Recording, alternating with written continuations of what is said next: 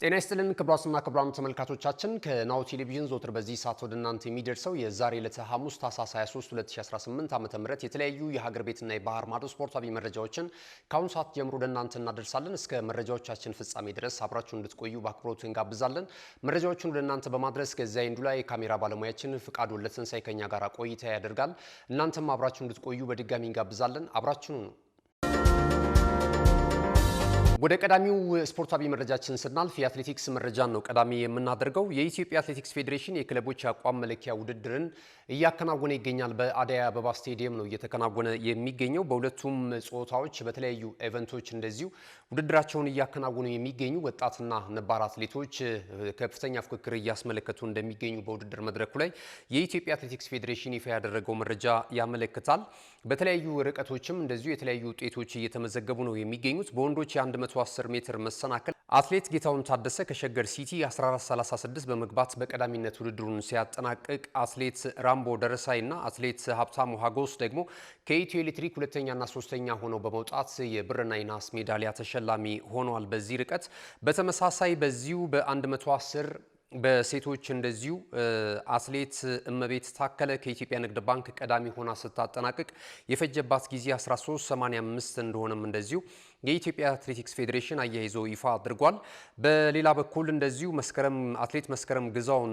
አትሌት መስከረም ግዛው ከሸገር ሲቲ እንደዚሁም አትሌት አየለች አለሙ ደግሞ ከኢትዮ ኤሌክትሪክ ሁለተኛና ሶስተኛ በመሆን አጠናቋል። በወንዶች ርዝመት ዝላይ ቡሊ መላኩና ኡመድ ኡኩኝ ከሸገር ሲቲ ስፖርት ክለብ አንደኛና ሁለተኛ ሆነው ሲያጠናቅቁ የሲዳማ ቡናው ፒሊፔ ሃማን ደግሞ ሶስተኛ በመሆን እንደዚሁ ውድድሩን ጨርሷል። በሴቶች አሎሎ ውርጎራ ዙርጋ ኡስማን ከመቻል ስፖርት ክለብ አንደኛ ሆና ስታጠናቅቅ እንደዚሁም ስምረት አበበ ከኢትዮጵያ ንግድ ባንክ ሁለተኛ እንደዚሁም የናስ ሜዳሊያ ተሸላሚ የሆነችው ደግሞ አይናለም ኩሴ ከአዳማ ከተማ ስፖርት ክለብ በመሆን ውድድራቸውን እንዳጠናቀቁ የኢትዮጵያ አትሌቲክስ ፌዴሬሽን ይፋ አድርጓል። በሌሎች እንደዚሁ በተመሳሳይ ከፍተኛ ፍክክር ባስመለከተው በሴቶች 100 ሜትር ሩጫ አትሌት ሰላማዊት ኮኮብ ከኢትዮ ኤሌክትሪክ 11:74 በመግባት በቀዳሚነት ስታጠናቅቅ፣ አትሌት ተሊሌ ታከለ ደግሞ ከኢትዮጵያ ስፖርት አካዳሚ እንደዚሁ በሁለተኝነት ውድድሯን አጠናቃለች። እንግዲህ ሌሎችም ውድድሮች ተከናውነዋል። በነገው ዕለትም እንደዚሁ ቀጥለው የውድድር መድረኩ እንደሚከናወን የኢትዮጵያ አትሌቲክስ ፌዴሬሽን ይፋ ያደረገው መረጃ ያመለክታል። እንግዲህ ጊዜ ካላችሁ በአደይ አበባ ስቴዲየም በመገኘት ይህንን የሩጫ ውድድር እንድትከታተሉ የኢትዮጵያ አትሌቲክስ ፌዴሬሽን እንደዚሁ እየጋበዛችሁ ነው የሚገኘው። የሀገር ቤት ስፖርታዊ መረጃችንን በዚህ እናጠናቅቃለን። ክቡራትና ክቡራን ተመልካቾቻችን ስንመለስ በቀጥታ ወደ ባህር ማዶ ስፖርታዊ ጉዳዮቻችን ነው የምናቀናው። አብራችሁ እንድትቆዩ በድጋሚ እንጋብዛለን። መልእክቶቹን ተከታትለን እንመለስ።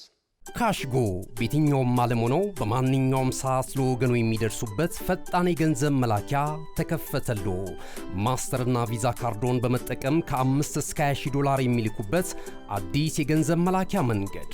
ካሽጎን ለየት የሚያደርገው የትኛውም የገንዘብ ዝውውር በፍጥነት አገልግሎት ከመስጠቱም ባሻገር ለማንኛውም አገልግሎት ምንም አይነት ክፍያ አለመጠየቁ ነው። በሀገራችን ታሪክ ገንዘብን ከውጪ ወደ ሀገር ቤት በማስተላለፍ በመተግበሪያ መልክ አገልግሎት መስጠት የጀመረው የመጀመሪያው ሀገር በቀል የገንዘብ መላኪያ ዘዴ ካሽጎ ከ4500 በላይ ባሉ የባንክ ቅርንጫፎች አገልግሎት እየሰጠ ይገኛል። ገንዘቦን በሰኮንዶች ልዩነት ውስጥ ይፈልጉ በአካውንቶ ወይንም በእጆ ቆጥረው የሚወስዱበት ልዩ ዘዴ። በቅርቡ ሁሉንም ኢትዮጵያዊ ባለቤት ለማድረግ ጉዞ የጀመረው ካሽጎ ዛሬውኑ መተግበሪያውን በስልኮ ላይ በመጫን የአገልግሎቱ ተጠቃሚ ሆኑ። ፍጥነት መለያችን፣ ኢትዮጵያን መክፈቻችን፣ ካሽጎ ነው መላኪያችን። ካሽጎ የአዲሱ ትውልድ ብራንድ። ተመልሰናል። ክቡራትና ክቡራን ተመልካቾቻችን ቀደም ሲል የሀገር ቤት ስፖርታዊ መረጃን ወደ እናንተ አድርሰናል። ከዚህ ሰዓት ጀምረን ደግሞ ከመሀር ማዶ ያገኘናቸውን ስፖርታዊ መረጃዎች ወደ እናንተ እያደረስን ቆይታ የምናደርግ ነው የሚሆነው። የአፍሪካ ዋንጫ የውድድር መድረክ ወሳኝ ምዕራፍ ላይ ደርሷል። ወደ ጥሎ ማለፍ 16ቱ የተቀላቀሉ 16 ሀገራቶች እንደዚሁ ተለይተው ታውቋል። በቀጣዩ ቅዳሜ ደግሞ ከነገ በስቲያ እንደዚሁ የጥሎ ማለፍ 16 ጨዋታቸውን የሚያከናውኑ ነው የሚሆነው። በዚህም መሰረት በምድብ አንድ አዘጋጇ ሀገር ሞሮኮና ማሊ ወደ ጥሎ ማለፍ 16ቱ ያለፉ ሀገራቶች ሆነዋል። እንግዲህ ቀጥታ ማለፍ የቻሉት ብሔራዊ ቡድኖች ማለት ነው። በምድብ 2 ኢጂፕትና እንደዚሁ ደግሞ ሳውዝ አፍሪካ፣ በምድብ 3 ናይጄሪያ እና ቱኒዚያ፣ ምድብ 4 ላይ ዲአር ኮንጎ እና ሴኔጋል፣ በምድብ 5 አልጄሪያ እና ቡርኪና ፋሶ፣ በምድብ 6 ደግሞ አይቬሪ ኮስት እና ካሜሮን ወደ ጥሎ ማለፍ 16ቱ ማለፍ የቻሉ ብሔራዊ ቡድኖች ናቸው። እንግዲህ እነዚህ 12 ቡድኖች ከየምድባቸው አንደኛና ሁለተኛ ሆነው ሲያልፉ ምርጥ ሶስተኛ ደግሞ አራት ሀገራቶች እንደዚሁ ጥሎ ማለፍ 16ቱን መቀላቀላቸውን እንግዲህ አረጋግጠዋል ማለት ነው። በዚህ መሰረት ቤኒን፣ ሱዳን እና ሞዛምቢክ እንደዚሁም ደግሞ ታንዛኒያ ምርጥ ሶስተኛ በመሆን ከየምድባቸው ያለፉ ሀገራቶች ሆነዋል። በጥቅሉ እንግዲህ 16 ሀገራቶች በቀጣይ በጥሎ ማለፍ 16ቱ ከዕለተ ቅዳሜ የጀመረው ጨዋታቸውን የሚያከናውኑ ነው የሚሆነው። በዚህ የውድድር መድረክ ላይ ተሳትፈው ወደ ጥሎ ማለፍ 16ቱ ማለፍ ያልቻሉ 8 ሀገራቶችም እንደዚሁ ተለይተዋል። ዩጋንዳ፣ ቦትስዋና፣ ኢኳቶሪያል ጊኒ፣ ጋቦን፣ ዛምቢያ፣ አንጎላ፣ ዚምባብዌና እንደዚሁ ደግሞ ኮሞሮስ ሆነው ተለይተዋል ማለት ነው።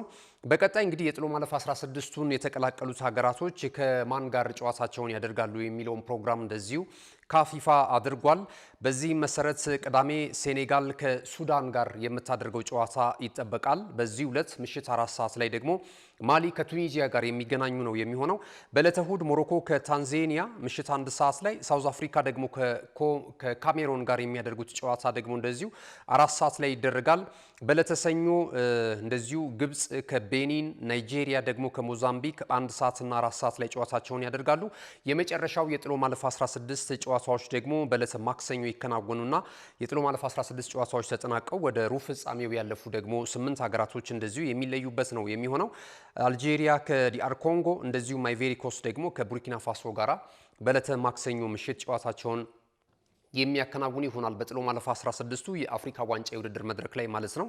ወደ ሌሎች የአውሮፓ ሀገራት መረጃዎቻችን በቀጥታ የምናልፍ ነው የሚሆነው። ክቡራትና ክቡራን ተመልካቾቻችን እንግዲህ የአዲስ ዓመት መቀበያ የ19ኛ ሳምንት የተወዳጁ የእንግሊዝ ፕሪሚየር ሊግ ጨዋታ ከትላንትና በስቲያ ጅማሮ ማድረጉን የሚታወስ ነው። ዛሬ ደግሞ እንደዚሁ የአዲስ ዓመቱን ውጤት በማስመዝገብ ለደጋፊዎቻቸው ስጦታ ለማበርከት እንግዲህ ክለቦች ዛሬ ከባድ ፍልሚያ የሚያደርጉባቸው ወሳኝ ጨዋታዎች ምሽት 2 ሰዓት ከ30 ላይ ጅማሯቸውን የሚያደርጉ አሉ። እንደዚሁም ደግሞ ምሽት 5 ሰዓት ላይ የሚደረጉ ጨዋታዎች እንደዚሁ ይገኙበታል ማለት ነው። ይህንንም ተከትሎ ዛሬ ምሽት ከሚደረጉ ጨዋታዎች መካከል ክሪስታል ፓላስ በሜዳው ሄለርስ ፓርክ ስቴዲየም ፉልሃምን ያስተናግዳል። ይህ ጨዋታ ቀደም ሲል እንደጠቀስኩላችሁ ምሽት 2 ሰዓት ከ30 ላይ የሚከናወን ነው የሚሆነው። የመርሲሳይዱ ክለብ ሊቨርፑል በሜዳው አንፊልድ ሮድ ሊድስ ዩናይትድን የሚያስተናግድበትም ጨዋታ በዚሁ ሰዓት ላይ የሚከናወን ነው የሚሆነው። እንግዲህ ሊቨርፑል ያለፉትን 3 ጨዋታዎች በድል ማጠናቀቅ ችሏል። በተለይ በፕሪሚየር ሊጉ ተከታታይ 3 ድሎችን ከቀውሱ በኋላ ይህንን አይነት ውጤት ማስመዝገብ ችሏል። የአሰልጣኝ አርነ ስሎቱ ቡድን ማለት ነውና ተከታታይ 4ኛ ድሉን በሊጉ ለማሳካት እንግዲህ ዛሬ ወደ ሜዳ ይገባል ተብሎ ይጠበቃል። በሜዳቸውም ጨዋታቸውን ስለሚያደርጉ እንግዲህ የአሸናፊነት ቅድመ ግምት ተሰጥቷቸዋል። በእርግጥ ከሳምንታት በፊት በመጀመሪያው ዙር ግንኙነታቸው ሁለቱ ቡድኖች 2-2 በሆነ ውጤት ጨዋታቸውን ማጠናቀቃቸው የሚታወስ ነው፣ ሊቨርፑልና ሊድስ ዩናይትድ ማለት ነውና ዛሬ ምሽትም እንደዚሁ ሊድስ ዩናይትድ ከወራጅ ቀጠናው ስፍራ እንግዲህ አብዝቶ ለመራቅ ይህንን ከዚህ ጨዋታም ነጥብ ለመጋራት ነው ወደ አንፊልድ ሮድ የሚያቀናው ማለት ነውና ከዚህ ጋር ተያይዞ እንግዲህ ጨዋታው በከፍተኛ ሁኔታ ይጠበቃል። በሊቨርፑል በኩል መሐመድ ሳላ በአፍሪካ ዋንጫ የውድድር መድረክ ምክንያት እንደዚሁ ዛሬም ለቡድኑ ግልጋሎት የማይሰጥ ነው የሚሆነው። ከዛ ባለፈ ደግሞ ትውልደ ኤርትራዊው አሌክሳንደር ኢሳቅም በተመሳሳይ በጉዳት ምክንያት ዛሬ እንግዲህ በዛሬው ጨዋታ ላይ ለቀዮቹ ግልጋሎት እንደማይሰጥ አርነ ስሎት አረጋግጠዋል ማለት ነው። ሌላ እንደዚሁ በምሽት 5 ሰዓት ላይ የሚደረጉትን ጨዋታዎች እንመልከት። ሰንደርላንድ ከማንቸስተር ሲቲ ጋር ጨዋታውን የሚያከናውን ይሆናል። ብሬንትፎርድ ሲቲም ከቶተንሃም ሆትስፐርስ ጋር በዚሁ ሰዓት የሚደረግ ጨዋታ ነው። እንግዲህ ሁለቱ ቡድኖች ከሳምንታት በፊት ተገናኝተው ነበር። በመጀመሪያው ዙር ማንቸስተር ሲቲ በኢታድ ስቴዲየም አዲስ አዳጊውን ክለብ ሰንደርላንድን በጋበዘበት ጨዋታውን ቀለል አድርጎ ይከብደዋል ተብሎ ነበር ቅድመ ግምት ሲወጣ የነበረው። ነገር ግን ደግሞ በተቃራኒው ሆኖ ማንቸስተር ሲቲ ጨዋታውን እጅግ በጣም ቀለውት 3-0 በሆነ ውጤት ማሸነፉ የሚታወስ ነውና ዛሬም እንግዲህ ይህንን የአሸናፊነት ስነ ልቦና ይዞ ወደ ስቴዲየም ኦፍ ላይት የሚያቀና ነው የሚሆነው። የአሰልጣኝ ፔፕ ጋርዲዮላው ቡድን ባለፉት ጊዜያቶች እንግዲህ 8 ተከታታይ በሁሉም የውድድር አይነቶች ጨዋታ ማሸነፍ ችሏል። ሁለቱን ወር በወጥነት ማሳለፋችን ለቀጣይ ለምናደርጋቸው ጨዋታዎች የዛሬ ምሽቱን ጨዋታ ጨምሮ የበለጠ የስነ ልቦና ስንቅ እንደዚሁ ያስታጥቀናል የሚል አስተያየት ሰጥቷል አሰልጣኝ ፔፕ ጋርዲዮላ የዛሬ ምሽቱን ጨዋታ በተመለከተ ማለት ነውና የአዲስ ዓመት ስጦታም ለደጋፊዎቻችን ለመስጠት እንፈልጋለን። መሪው ክለብ አርሰናል ጋር ያላቸው የነጥብ ልዩነት ወደ 5 ከፍ ብሏል እንደሚታወቀው ማለት ነው። አርሰናል ከትላንትና በስቲያ አስተን ቪላን ባሸነፈበት እንቅስቃሴ ማለት ነው። ይህንንም የነጥብ ልዩነት ለማጥበብ ነው እንግዲህ ዛሬ ማንቸስተር ሲቲ ከሜዳው ውጭ አቅንቶ የግድ ሰንደርላንድን ማሸነፍ አለበት የሚሉ አስተያየቶች እየበረከቱ የሚገኙት ማለት ነውና ሰንደርላንድ ደግሞ በሜዳው እስካሁን ድረስ ካልተሸነፉ ክለቦች መካከል ብቸኛው ነው በፕሪሚየር ሊጉ ከ7 ዓመታት በኋላ ወደ ፕሪሚየር ሊጉ ማደጉ የሚታወስ ነውና ትልልቆቹን ክለቦች አርሰናልን ጨምሮ በሜዳው በገጠመበት እንቅስቃሴ ነጥብ ማስጣል ችሏልና ዛሬም እንግዲህ ለማንቸስተር ሲቲ ከፍተኛ ፈተና ሊሆንበት እንደሚችል እየተነገረ ነው የሚገኘው። በእርግጥ እነዚህ ጥቋቁሮቹ ድመቶች ያለፉትን ጊዜያቶች እንግዲህ ከሳምንታት በፊት ጅማሮውን ባደረገው የአፍሪካ ዋንጫ የውድድር መድረክ ላይ ወደ 7 የሚደርሱ ተጫዋቾችን ለብሔራዊ ግዴታ ወደ አፍሪካ ዋንጫ የውድድር መድረክ መሸኘታቸው የሚታወስ ነውና ከዛ ጋር ተያይዞ የዛሬው ጨዋታ እንግዲህ ሊከብዳቸው ይችላል የሚሉ ሀሳቦች እየወጡ ነው የሚገኙት። ማንቸስተር ሲቲ ደግሞ በጥሩ ቁመና ላይ መገኘቱን ተከትሎ ማለት ነውና ዛሬ እንግዲህ በስቴዲየም ኦፍ ላይት ምሽት 5 ሰዓት ላይ ጅማሮውን የሚያደርገው የሰንደርላንድ እና የማንቸስተር ሲቲ ጨዋታ እንደዚሁ ይጠበቃል ማለት ነው። በዛሬው እንቅስቃሴ ዙሪያ ትላንት እንግዲህ ከመገናኛ ብዙሃን ጋር በነበረው ቆይታ አሰልጣኝ ፔፕ ጋርዲዮላ ተከታዩን አስተያየት ሰጥቷል።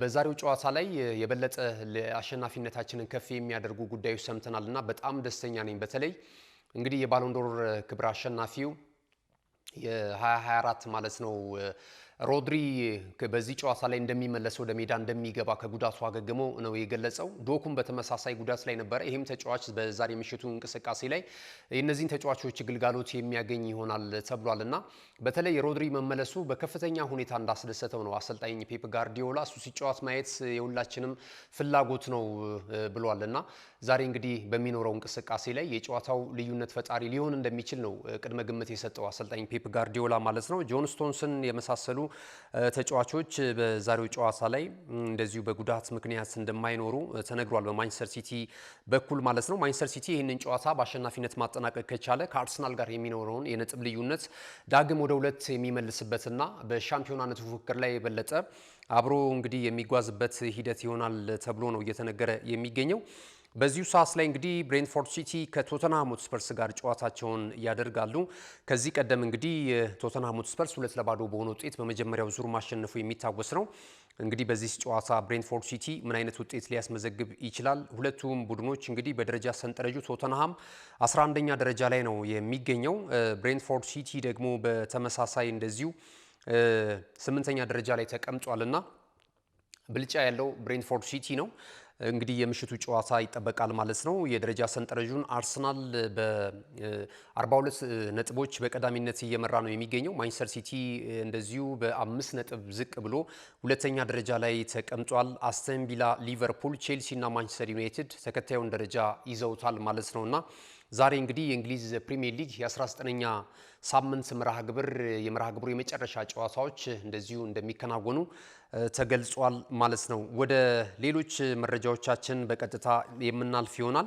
አጫጭር ስፖርታዊ መረጃዎችን ወደ እናንተ እናደርሳለን። የጥር ወይም የጃንዋሪ የዝውውር መስኮት እንደዚሁ በዛሬው ዕለት መከፈቱ ይፋ ተደርጓል። የተለያዩ ተጫዋቾች እንግዲህ ከዚህ ቀደም በሩመር ደረጃ ከተለያዩ ክለቦች ጋር ስማቸው ሲያያዝ እንደነበረ የሚታወስ ነው። አሁን ላይ እንግዲህ የበለጠ እየተረጋገጡና ተጫዋቾችም ወደ ሌላ ክለብ የሚያምሩበትን ቀናቶች እንግዲህ ከዛሬ ጀምረው የሚከናወኑ ነው የሚሆነው። የማንቸስተር ዩናይትዱን የፊት መስመር አጥቂ ዴንማርካዊን ኢንተርናሽናል እንደዚሁ እናገኛለን። ይህ ተጫዋች እንግዲህ በውሰት ውል ወደ ሴሪያው ክለብ ናፖሊ አምርቶ በውሰት ኔፕልሱን ክለብ እያገለገለ ነው የሚገኘው። አንቶኒዮ ኮንቴ በሚገባ የዚህን ተጫዋች አቅም ፈልጎ በማግኘትና ተጫዋቹ እንደሚጠቅማቸው በማመን ከዩናይትድ እንግዲህ በውሰት ውል አስኮብልለው በጥሩ ሁኔታ እየተጠቀሙበት ነው የሚገኙት ማለት ነው። በሴሪያው ከፊት ለፊት ከሚገኙ ክለቦች መካከል አንደኛው ናቸው። በእርግጥ ያለፉትንም ጊዜያቶች ተመልክተናል። እንግዲህ የኔፕልሱ ክለብ በጣም ድንቅ ጊዜን ሲያሳልፍ እንደነበረ የሚታወስ ነውና ይሄ ተጫዋች ደግሞ የበለጠ እንደ አዲስ ዳግም በኔፕልሱ ክለብ እንደዚሁ ናፖሊ ዳግም እየተወለደ ነው ማለት ይቻላልና ጎሎችን ከመረብ ያሳርፋል።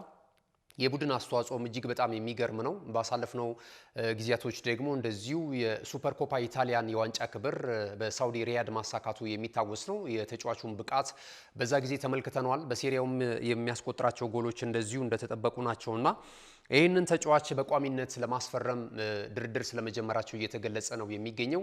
ተጫዋቹም ዳግም ወደ ዩናይትድ መመለስ ፍላጎት እንደሌለው ገልጿል እና እንደተገፋ ነው በአሰልጣኝ ሮበን አሞሪም ስር የመሰለፍ እድል እንዳልተሰጠውና እንደማይረባ አድርገው ይቆጥሩት እንደነበረ እንደዚሁ በተለያዩ አጋጣሚዎች እየገለጸ ነው የሚገኘው። ዩናይትድ ትልቅ ክለብ ነው። ነገር ግን ደግሞ አሰልጣኙ የሚሄድበት መንገድና እሱን ያቀረበበትና የያዘበትን የሚንከባከብበትን መንገድ እንደዚሁ እንዳላስደሰተው ገልጿል።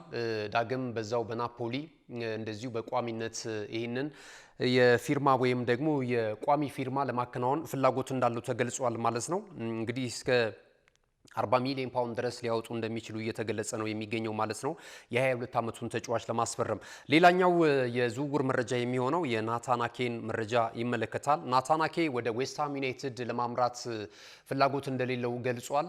ክለቡ ግን ማንቸስተር ሲቲ እንደዚሁ ወደ ምስራቅ ለንደኑ ክለብ ዌስትሃም ዩናይትድ እንዲያመራ ሁኔታዎችን በንግግር ላይ እንደሚገኙ እየተገለጸ ነው የሚገኘው። ነገር ግን እሱ ደግሞ ከዌስትሃም ዩናይትድ የተሻለ ክለብ እንደዚሁ በማፈላለግና ከወኪሉ ጋር ይህንን አይነት ስራ እየሰሩ እንዳለ እየተገለጸ ነው የሚገኘው ማለት ነውና ናታን አኬ እንግዲህ በዘንድሮ ዓመት በጣም ጥቂት ጨዋታዎችን ነው በሊጉ ብቻ 8 ጨዋታዎችን ነው ያደረገው።